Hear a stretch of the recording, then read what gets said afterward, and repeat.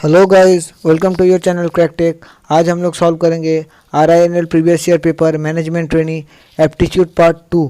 So without wasting time let's begin. Question है, a person standing on a platform 160 metre long finds that a train crosses the platform in 54 second but himself in 30 second. The length of the train is. इसका मतलब एक platform है जिसका length 160 metre है और इसको cross करने में एक ट्रेन को कितना वक्त का टाइम लगता है? 54 सेकेंड। अब देखिए, प्लेटफॉर्म को क्रॉस करना मतलब प्लेटफॉर्म की लेंथ क्रॉस करना प्लस ट्रेन का खुद का लेंथ क्रॉस करना, ठीक है। और वो जो आदमी देख रहा है वो देख रहा है कि उसको क्रॉस करने में ट्रेन को 30 सेकंड का वक्त लगता है, मतलब ट्रेन को अपनी लेंथ को क्रॉस करने में कितना लगता है? 30 सेकंड का टाइम लगता है। दोनों को माइनस कर देंगे तो हमको क्या मिल जाएगा? 24 सेकंड।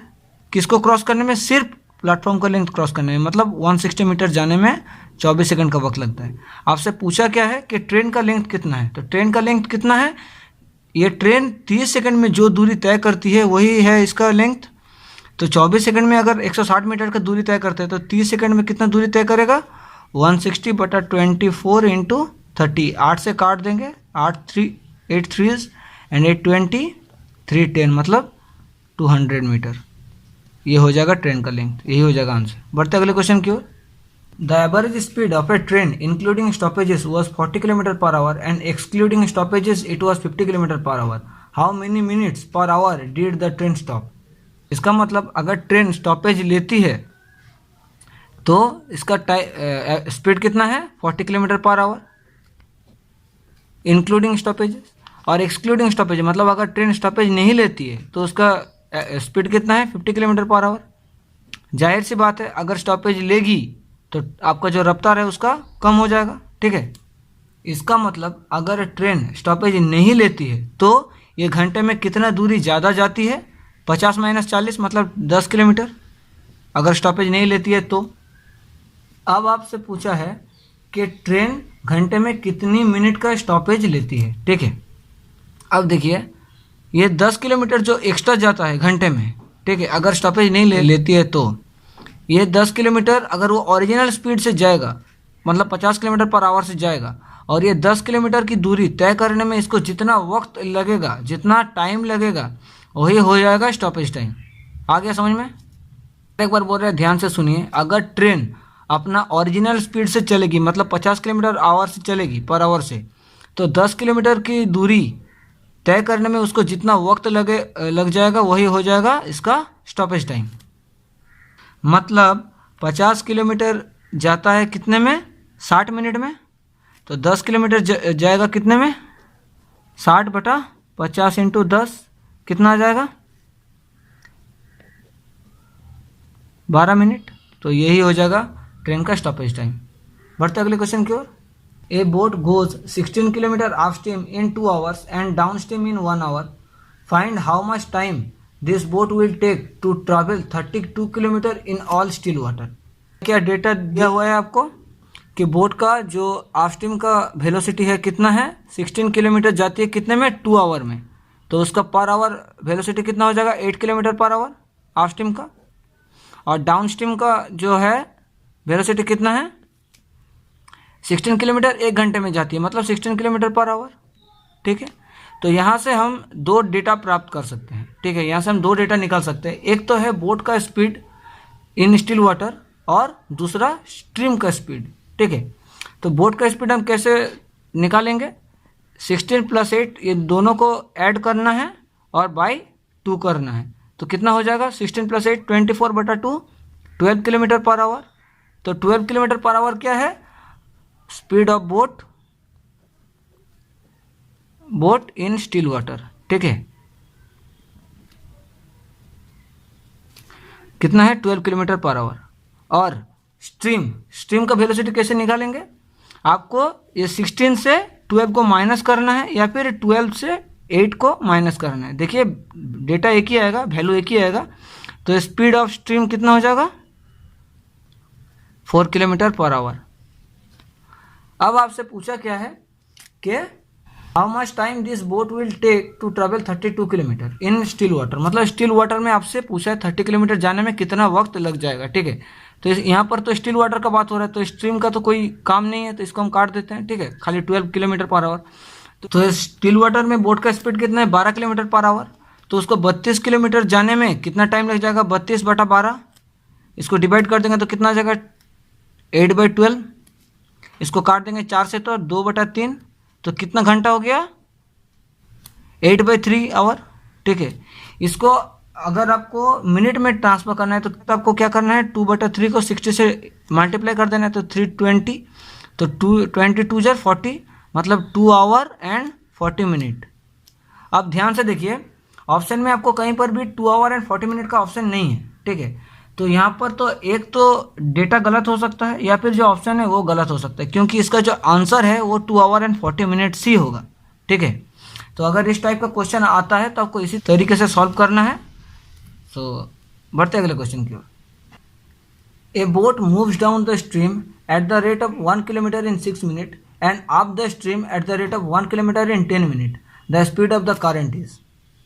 तो डाउन स्ट्रीम का स्पीड दे दिया है आपको, डाउन स्ट्रीम का कितना दिया है, 1 kilometre in 6 minute, 1 kilometre in 6 minute, मतलब 60 मिनट में कितना जाएगा, 10 किलोमीटर, ठीक है, मतलब 10 kilometre per our down stream का।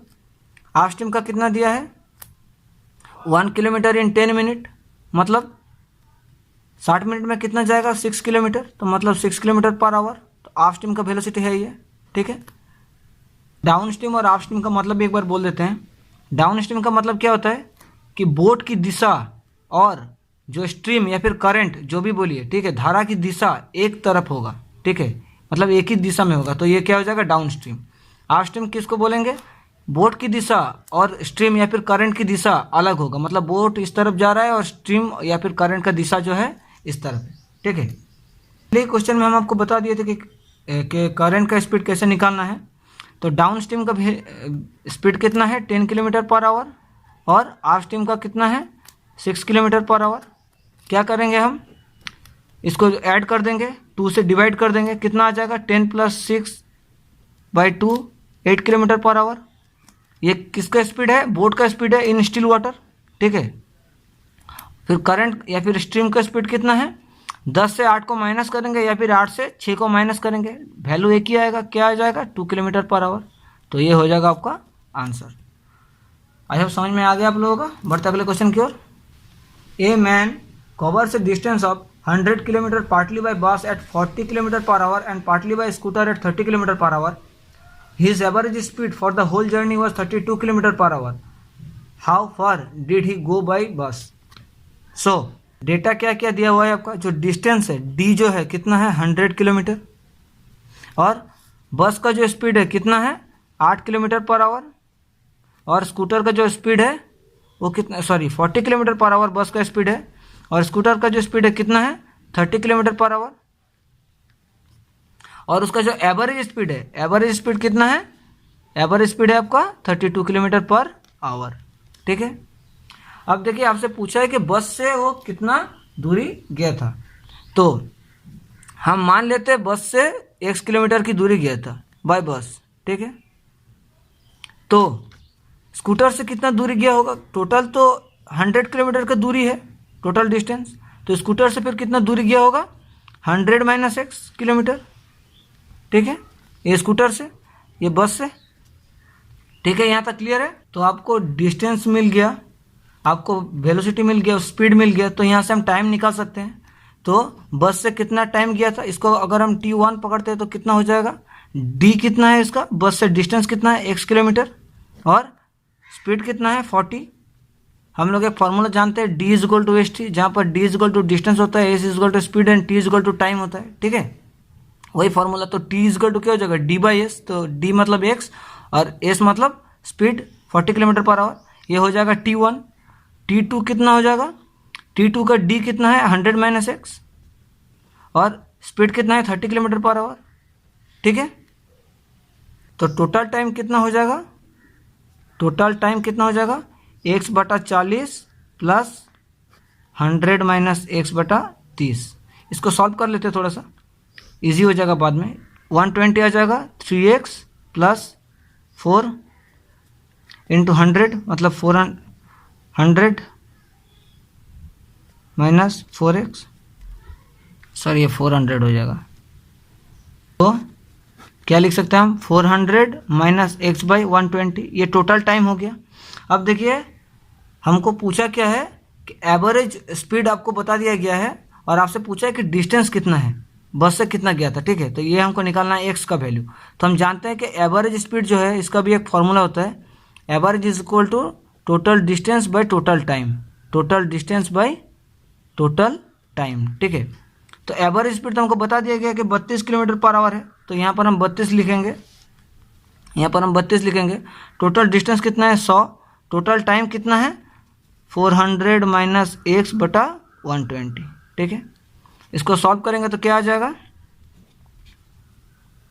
120 ऊपर उठ जाएगा, ये 400 से इसको मल्टीप्लाई हो जाएगा और ये 32x।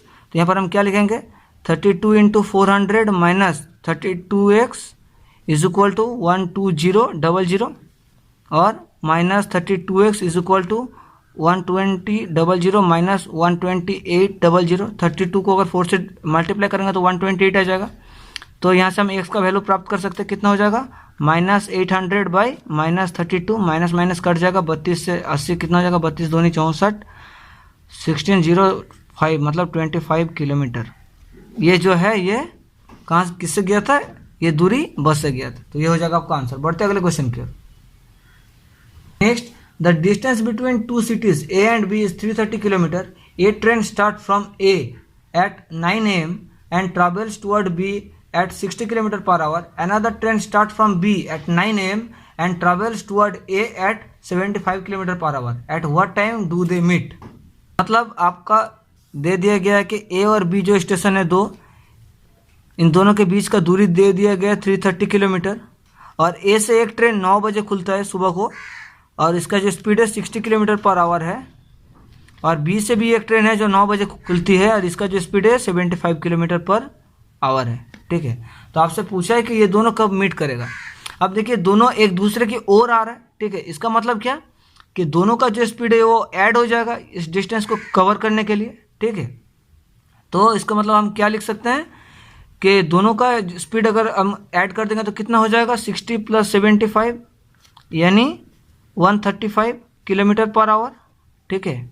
और दोनों ट्रेन देखिए एक ही टाइम में बोला है कि 9 बजे ही खुलती है, ठीक है। तो 135 किलोमीटर पर आवर, तो 330 किलोमीटर जाने में कितना वक्त लग जाएगा 330 बटा 135। तो 135 दोनों कितना होता है 270 मतलब 2 आवर एंड प्लस कितना मिनट हो जाएगा, कितना बच जाएगा 270 से 60 किलोमीटर बच जाएगा, 60 बटा 135 इतना आवर, ठीक है। इसको मिनट में कन्वर्ट करेंगे तो कितना आ जाएगा 60 इंटू 60 बाई 135। इसको कैलकुलेट करेंगे तो क्या आ जाएगा, ये 15 से कट जाएगा 15 9, ये 15 से 4, ये 3 से 3, 3 से 20 मतलब 20 इंटू 4 बटा 3 मतलब 80/3 मिनट, ठीक है। मतलब 2 आवर एंड इसको अगर डिवाइड करेंगे तो कितना आ जाएगा 26.6666 मिनट, ठीक है। लेकिन अब ऑप्शन में देखिए यहाँ पर भी आपका ये ऑप्शन नहीं है, तो ये भी क्वेश्चन गलत है। और कहाँ पर गलत है ये भी बता दे रहे हैं हम आपको। ये जो आपका ए का जो टाइमिंग है ना ये 8 बजे होगा। देखिए इसका दो रीज़न है। इसका जो ओरिजिनली आंसर आएगा ये 2 घंटा का आएगा। अब देखिए ये क्यों 8 बजे हम बोल रहे हैं, क्योंकि देखिए अगर दोनों 9 बजे ही खुलता तो उसको एक ही डेटा में दे देता, लेकिन यहाँ पर अब देखिए क्वेश्चन अलग अलग डेटा में दिया हुआ है, ठीक है। कि ट्रेन ए 9 AM में खुला है, फिर ट्रेन बी भी 9 AM में खुला है। तो अगर ये ऐसा होता तो आपको एक ही डेटा में दे देता कि दोनों एक ही टाइम पे मतलब 9 बजे खुला है, ठीक है। तो अगर ये ट्रेन जो है अगर 8 बजे खुलती है तो 9 बजे तक ये तो 60 किलोमीटर की दूरी तय कर लेती, ठीक है। मतलब 330 से आपको 60 माइनस हो जाता तो कितना पड़े रहता 270। तो 9 बजे से मतलब 9 बजे तक ये 60 किलोमीटर मतलब यहाँ तक पहुँच गया। इसके बाद जो 270 बाकी जो 270 किलोमीटर है ये 9 बजे से ये दोनों ट्रेन एक साथ कितने टाइम में इसको मीट करेगा दोनों, ठीक है। तो 270 बाई दोनों का स्पीड कितना है 135 मतलब आपका क्या आंसर हो जाता है 2 आवर। ये हो जाएगा आपका आंसर का मतलब 9 बजे के बाद से 2 घंटा मतलब 9 प्लस 2 आवर मतलब 11 बजे वो दोनों ट्रेन जो है 11 AM में दोनों ट्रेन मीट करेगा आपस में। तो यहाँ पर हम क्वेश्चन के साथ छेड़छाड़ इसीलिए नहीं किए हैं ताकि आप लोगों को पता चले कि ऐसा भी क्वेश्चन आ सकता है एक दो, ठीक है, जहाँ पर आपको शायद आंसर नहीं मिल रहा होगा, ठीक है। तो घबराइएगा नहीं उस बात पे, तो आपको करना ऐसे ही है, ठीक है। बढ़ते अगले क्वेश्चन की ओर। नेक्स्ट पूछा है an equilateral triangle and a regular hexagon have the same perimeter, the ratio of the area of the triangle to that of the hexagon is. तो एक इक्विलेटरल ट्राइंगल है, इक्विलेटरल इन द सेंस जिसका हर एक side equal होता है, और एक हेक्सागन, ठीक है, ये हेक्सागन, दोनों का पेरीमीटर दे दिया है इक्वल है। तो इसका पेरीमीटर क्या होता है 3a होता है और इसका 6a होता है। अब देखिए ये इक्वल है, तो अगर ये इक्वल दोनों अगर ये होगा तो ये तो कट जाएगा, तो इसको हमको कैपिटल पकड़ लेना है, ठीक है। तो आपको क्या दे दिया है 3a is equal to 6a, इसको हम काट सकते हैं, तो a is equal to 2a, ये आ गया मेरा वैल्यू, ठीक है। अब आपसे पूछा क्या है कि इन दोनों के एरिया में क्या फ़र्क आएगा। तो इसका एरिया का फॉर्मूला क्या होता है इक्विलेटरल ट्राइंगल का, √3/4 a स्क्वायर, और हेक्सागन का जो एरिया होता है इसका फॉर्मूला क्या होता है 3√3/2 a स्क्वायर। तो आपसे पूछा है कि इसका रेशियो कितना होगा, ठीक है। तो a का वैल्यू हम निकाले हैं, इसका वैल्यू बैठा देंगे तो कितना हो जाएगा 3/4 2a, a का वैल्यू कितना है 2a, तो 2a का स्क्वायर कितना हो जाएगा 4a square is to 3√3/2 a square. अब देखिए 4 कट जाएगा, स्क्वायर कट जाएगा, √3 कट जाएगा, तो कितना हो गया 1:3/2। तो इसको हम कैसे लिख सकते हैं 2 यहाँ आ जाएगा 2:3, ये हो जाएगा आपका आंसर। बढ़ते अगले क्वेश्चन की ओर। Next, a cloth merchant sold half of his cloth at 40% profit and half of the remaining at 40% loss, and the rest was sold at the cost price. In the total transaction his gain or loss will be. तो क्या बोला है आपको कि 40% जो cloth है ये 40% profit में या फिर गेन में सेल किया है, इसका 50%। क्या बोला है आपको कि 50% जो क्लॉथ है वो आधा जो क्लॉथ है ये कितना में सेल किया है 40% गेन में, रिमेनिंग आधा मतलब रिमेनिंग हाफ, मतलब इसका जो देखिए रिमेनिंग कितना है, अगर हम मान लेते हैं कि उसके पास क्लॉथ था 100 मीटर का और 100 मीटर का जो कॉस्ट प्राइस था सीपी था वो कितना 100 रुपीज़ था, इसका मतलब क्या 1 मीटर का 1 रुपीज़, ठीक है, क्लॉथ का। अब देखिए 50% मतलब 50 मीटर क्लॉथ 40% गेन में सेल किया है, उसका बचा आधा मतलब 100 से अगर 50 माइनस हो जाएगा तो कितना आ जाएगा 50%, मतलब 50 मीटर, 50 का आधा मतलब 25 मीटर जो है ये 40% लॉस में सेल किया है, और बचा तो कितना बच जाएगा 50 + 25 75, तो 25 बच जाएगा, 25 जो है ये कॉस्ट प्राइस में सेल किया है। तो पूछा है कि ओवरऑल इसका कितना गेन या लॉस हुआ है। तो यहाँ देखिए 50 मीटर, यहाँ पर हम कॉस्ट प्राइस लिख रहे हैं और यहाँ पर सेलिंग प्राइस लिख रहे हैं, ठीक है। तो 50 मीटर का कॉस्ट प्राइस कितना है 50 रुपीज़, क्योंकि 1 मीटर पर रुपीज़ है, और सेलिंग प्राइस कितना होगा 140/100, क्योंकि 40% गेन में सेल किया है, मतलब 100 का 140 में सेल किया है, क्या आ जाएगा 70 रुपीज़, ठीक है। बाकी 25 मीटर कॉस्ट प्राइस कितना है 25, क्योंकि हर एक का सेम है, तो 25 इंटू देखिए 60% लॉस में, मतलब 100 का 60 में बेच दिया है, ठीक है। तो इसका वैल्यू कितना आ जाएगा 15 रुपीज़, और बाकी का जो 25 मीटर है वो कितने में सॉल्व किया, कॉस्ट प्राइस 25 रुपीज़ ही है, सेलिंग प्राइस कितना है 25 रुपीज़, कॉस्ट प्राइस में ही सेल किया है, 25 रुपीज़ भी सेल किया है। तो टोटल कितना हो जाएगा 70 + 25 + 15 110 रुपीज़। अब देखिए उसका कॉस्ट प्राइस कितना था, उसका कॉस्ट प्राइस कितना था 100 रुपीज़, सेलिंग प्राइस कितना है 110 रुपीज़, तो क्या हो रहा है गेन हो रहा है, कितना गेन हो रहा है 10% गेन, ये हो जाएगा आपका आंसर। बढ़ते अगले क्वेश्चन की ओर। A man travelled a distance of 80 kilometre in 7 hours, partly on foot at the rate of 8 km/h and partly on bicycle at 16 km/h, find the distance travel on foot is. आपको क्या क्या data दिया हुआ है, total distance दिया हुआ है 80 kilometre, total time दिया हुआ है 7 hours, तो उसका स्पीड कितना हो जाएगा 80/7 एवरेज स्पीड। अब दिया है कि जब फुट में चलता है, ठीक है, मतलब बाई फुट उसका स्पीड कितना है 8 km/h, और बाईसाइकिल स्पीड कितना है 16 km/h। तो आपसे पूछा है कि वो कितना डिस्टेंस बाई फुट से चला था, ठीक है।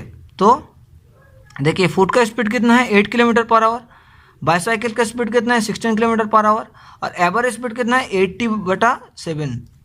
तो इसका हम रेशियो निकाल लेंगे और वहाँ से हम इसका डिस्टेंस भी निकाल सकते हैं, ठीक है। रेशियो कैसे निकालेंगे कि कितना फुट में चला था और कितना बाईसाइकिल में चला था। आपको करना क्या है, एलिगेशन एंड मिक्सचर का फॉर्मूला है ये, ठीक है।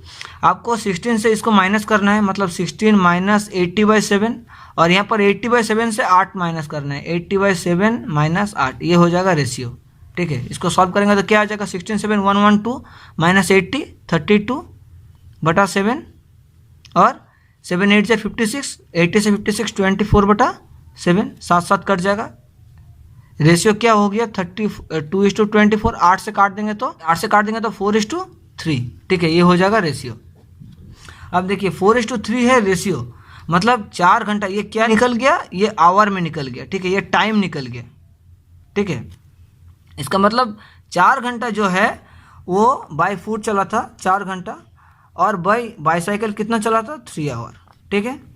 तो आपसे पूछा है कि फुट से वो कितना दूरी तय किया है। अब फुट का जो स्पीड है वो तो 8 km/h है, ठीक है। तो 4 घंटे में वो कितना दूरी तय करेगा 8 × 4 32 किलोमीटर, ठीक है, ये हो जाएगा आपका आंसर। बढ़ते अगले क्वेश्चन की ओर।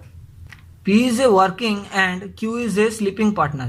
P puts in ₹3,400 and Q puts ₹6,500. P receives 20% of the profit for managing. The rest is distributed in the proportion to their capitals. Out of the profit of 990, how much did P get? तो P का capital दिया हुआ है, P का capital कितना है 3,400, Q का capital दिया हुआ है कितना है 6,500, टोटल प्रॉफिट दिया हुआ है कितना है ये 990, और एक डेटा क्या दिया गया हुआ है कि P जो है ये 20% रखता है अपने पास एक्स्ट्रा करके, क्योंकि वो मैनेज करता है, ठीक है। तो 20% जो है ये P के पास पहले से रहता है। तो 990 का 20% कितना होता है पहले निकालेंगे। तो 990 का 20% कितना होता है 990 × 20/100, मतलब 990/5 कितना आ जाएगा 198 रुपीज़। ये P अकेला रखता है, ठीक है, अलग से। ये किसका है P का है, ठीक है। तो अभी टोटल में से कितना बच गया, इतना तो चल गया P के पास, तो अभी कितना बच गया 990 से 198 माइनस चल जाएगा तो कितना आ जाएगा 792 रुपीज़। ये 792 रुपीज़ है, ये डिवाइड होता है इसके कैपिटल का रेशियो से। तो इसका कैपिटल का रेशियो अगर हम करेंगे तो कितना आ जाएगा, ध्यान से देखिएगा 34,000 और ये 6,500, 3400 6,500, ये दोनों कट जाएगा तो 34:65। तो यहाँ से P को क्या मिलेगा 34/65 + 34 99 × 792, ठीक है। तो इसका कितना आ जाएगा, ये 8 से कट जाएगा तो 8 × 34 कितना हो जाता है 4 8 जा 32, 2 कैरी 3 और 27 272 रुपीज़। ये P के पास गया कैपिटल के अनुसार, और जो 20% एक्स्ट्रा रखता है वहाँ पर से कितना मिला 198 रुपीज़। तो दोनों को ऐड कर देंगे, टोटल P के पास कितना आएगा 272 + 198 रुपीज़, कितना आ जाएगा 470 रुपीज़। ये हो जाएगा आपका answer. So guys general aptitude का 25 क्वेश्चन सॉल्व कर दिए हैं। इसका पहला पार्ट अगर आप लोगों ने नहीं देखे हैं तो उसका लिंक हम डिस्क्रिप्शन में दे देंगे, आप वहां से देख सकते हैं। इसके बाद जनरल इंटेलिजेंसी का क्वेश्चन सॉल्व करेंगे, और अगर आप लोगों को ये चैप्टर वाइज वीडियो देखना है तो आप चैनल के प्लेलिस्ट में जाकर देख सकते हैं। और दोस्तों अगर ये वीडियो आप लोगों को पसंद आ रहा है या फिर आपके लिए बेनिफिशियल है तो प्लीज़ वीडियो को लाइक कीजिएगा, शेयर कीजिएगा, और अगर अभी तक चैनल को सब्सक्राइब नहीं किए हैं तो प्लीज़ चैनल को सब्सक्राइब भी कर दीजिएगा, साथ ही साथ बेल आइकन दबा दीजिएगा। Thank you.